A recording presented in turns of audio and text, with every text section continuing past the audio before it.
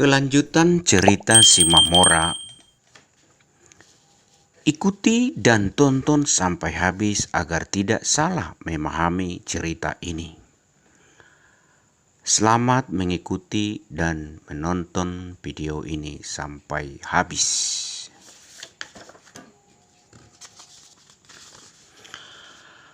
Pada suatu ketika saat ia sedang di perjalanan ke satu daerah, ia bertemu dengan dua orang sedang menunggang kuda. Dengan bakul-bakulnya digantungkan di atas kuda, ternyata mereka adalah sama dengan si Mamora ini sebagai penjual garam. Akhirnya mereka pun saling berkenalan satu sama lain dan mereka pun bercerita bahwa mereka pun sedang berjualan garam ke daerah ini. Dan pada akhirnya kedua orang itu pun mengajak si Mamora ini untuk bergabung dengan mereka demi menjual garam-garam itu. Si Mamora pun berpikir sejenak atas ajakan mereka supaya mereka seperjalanan saja bersama-sama untuk masuk ke daerah-daerah perkampungan itu. Tetapi dengan masing-masing mereka akan menjual garam mereka masing-masing.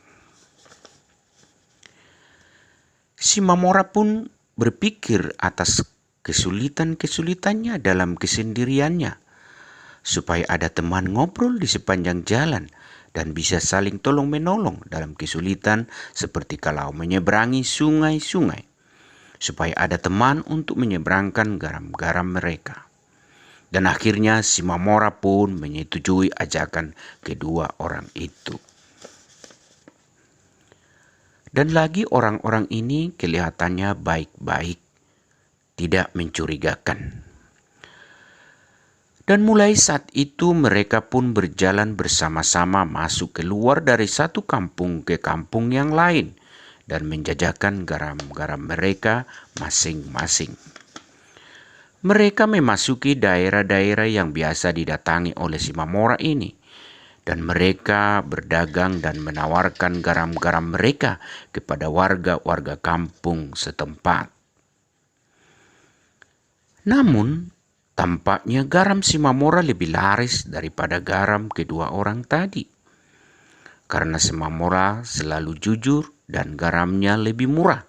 Ditambah ia sudah dikenal di beberapa daerah-daerah yang mereka singgahi itu. Dan setiap kali mereka memasuki perkampungan demi perkampungan, selalu mereka mengenal dan bersikap akrab kepada si Mamora saja. Karena mungkin si Mamora lebih mereka kenal dan selalu garam si Mamora ini yang mereka beli.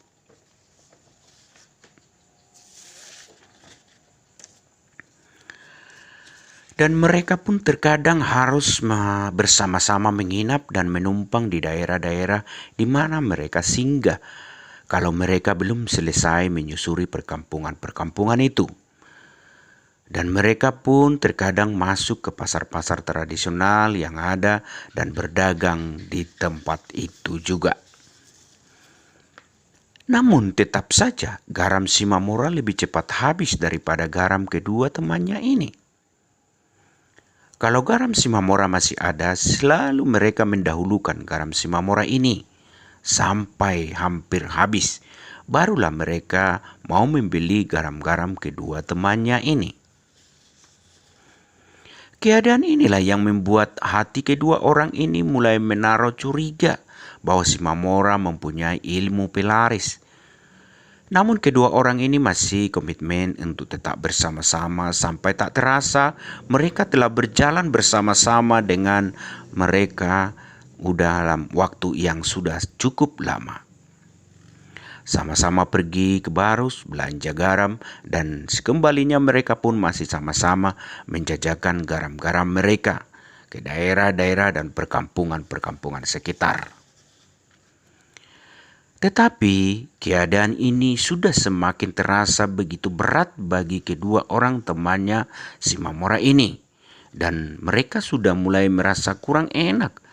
Namun mereka selalu menyembunyikan rasa itu dan rasa kesal dengan keadaan ini.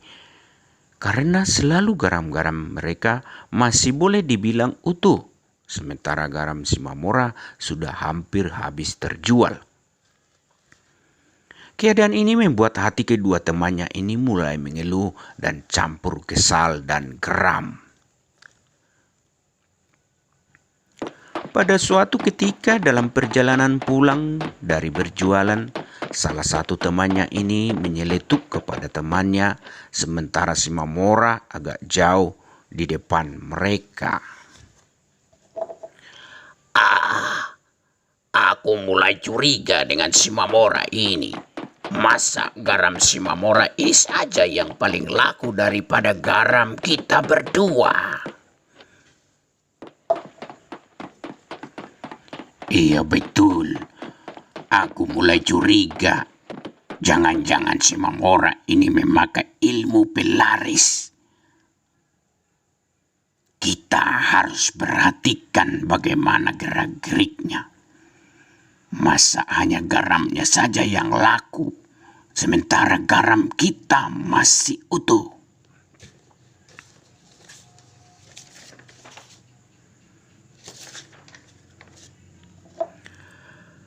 Aku mulai tidak suka lagi berjalan bersama dengan Shimamura ini. Kita sudah banyak mengalami kerugian. Dari hari ke hari kita mengalami sepi penjualan. Sementara dia, garamnya laku keras.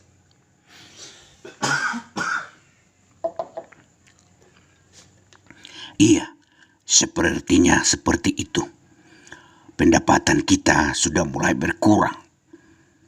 Dari hari ke hari, kita menurun pendapatan kita. Gara-gara Shimamura ini bersama dengan kita. Kita salah. Harusnya kita tidak mengajak dia bersama dengan kita. Tapi apalah, apa yang harus kita buat? Apa yang harus kita lakukan? Mari kita pikirkan dulu bersama-sama. Iya, benar. Bagaimana caranya kita harus menyingkirkannya? Dia sudah menyulitkan kita. Kita menjadi rugi. Barang-barang kita masih utuh, sementara barang-barang dia sudah laku. Benar-benar mungkin dia memakai ilmu pelaris, sehingga barangnya saja yang laku. Kita harus balaskan ini dengan cara apapun. Ini tidak baik bagi kita. Iya betul. Kita harus beri pelajaran bagi Shimamura ini. Dia sudah macam-macam dengan kita. Iya. Ya, kita harus berpikir bagaimana caranya seperti ini. Kita harus putar otak. Pokoknya kita harus putar otak dulu. Dan kita cari waktu yang tepat untuk kita boleh balaskan ini kepada Shimamura ini.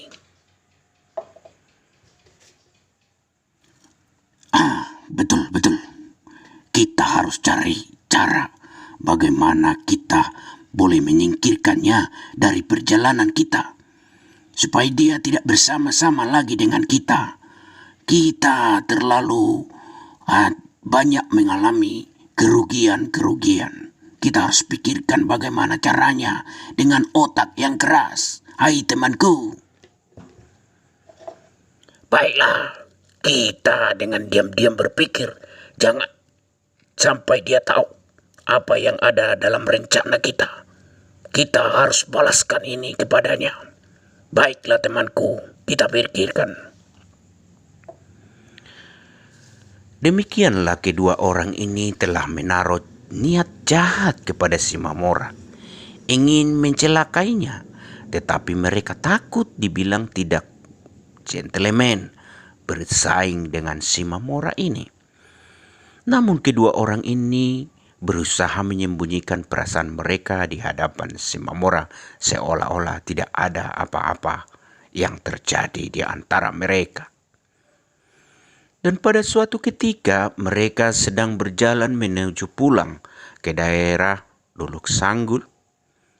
Hari pun sudah menjelang sore. Mereka pun berhenti di pinggiran jalan, yang mana di situ ada sebuah warung. Dan mereka berniat untuk beristirahat di warung itu. Dan kalau mereka nanti diterima untuk boleh bermalam, menginap di situ pada malam hari nanti. Mereka bertiga pun sepakat untuk berhenti dan mengikatkan kuda-kuda mereka kepada satu pohon kecil di pinggir warung itu. Dan mereka pun bergegas menuju warung itu. Ternyata warung itu dalam keadaan kosong. Tidak ada orang lagi di sana. Mungkin para penjualnya mungkin sudah pulang ke rumah mereka karena hari sudah mulai sore. Hanya mungkin mereka berjualan pada saat siang hari tadi. Namun si Mamora dan kedua temannya sepakat saja untuk mereka bermalam atau beristirahat di warung ini saja, menunggu besok pagi mereka akan melanjutkan perjalanan mereka. Karena hari sudah semakin sore dan semakin menunjukkan mulai tanda-tanda malam. Kebetulan pintu warung terbuka dan mereka pun memeriksa ke dalam. Benar, warung itu masih keadaan kosong, tidak ada orang, dan mereka menginap di sana.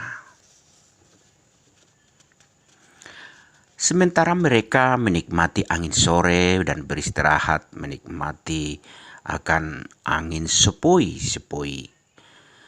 Di tengah perjalanan yang sangat melelahkan dan yang membuat keringat mereka sudah melengket di mana-mana di dalam tubuh mereka, bahkan di baju mereka.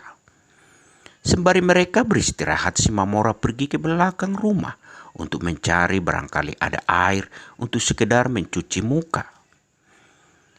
Ternyata di belakang rumah ada sebuah sumur galian yang di atasnya tersangkut sebuah timba di atas tiang. Akhirnya si Mamora pun menimba air dari dalam sumur dan mandi mengguyur tubuhnya dengan air yang segar sehingga dia mendapatkan kesegaran dalam tubuhnya pada waktu itu.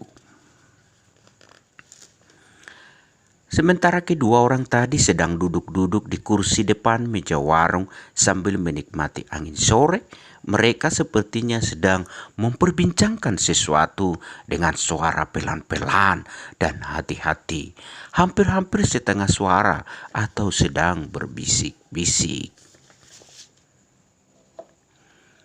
Hoi, hai temanku, aku sudah punya ide.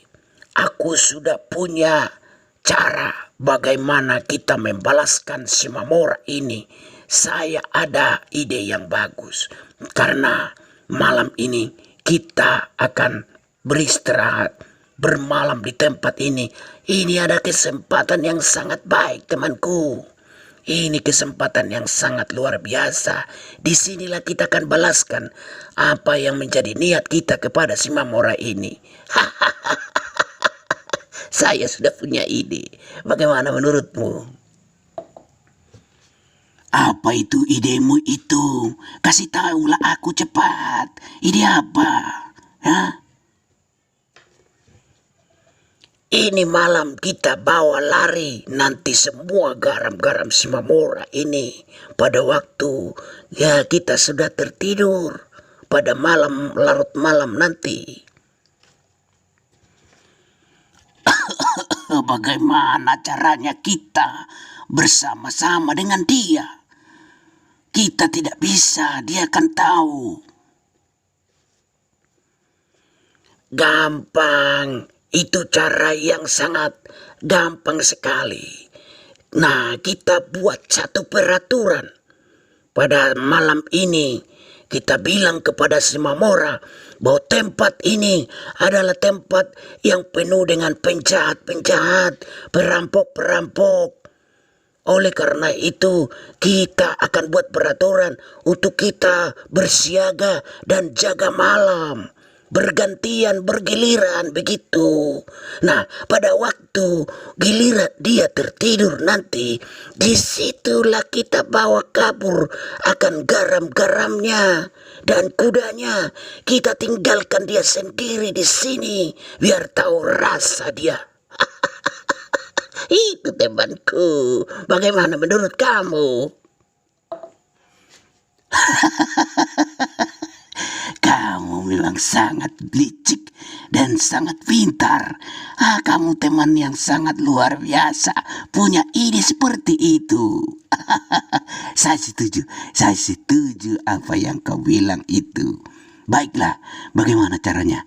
Nanti kita omongkan. Sebentar lagi dia akan selesai mandi. Kita akan kasih tahu dia. Kita akan rapat sebentar. Diamlah kita supaya dia tidak tahu apa yang sedang kita perbincangkan, apa yang sedang kita rencanakan ini.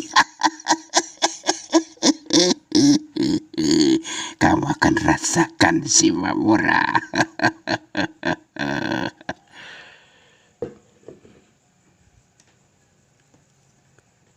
Demikianlah rancangan rencana jahat mereka kepada si Mamora ini.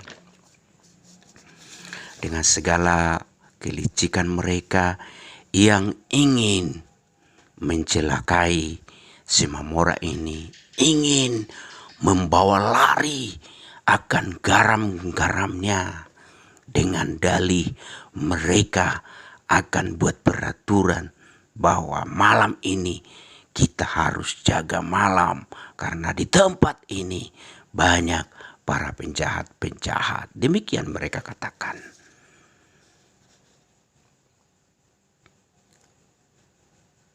Dan bagaimanakah kisah selanjutnya cerita ini? Nantikan dan ikuti terus cerita dan videonya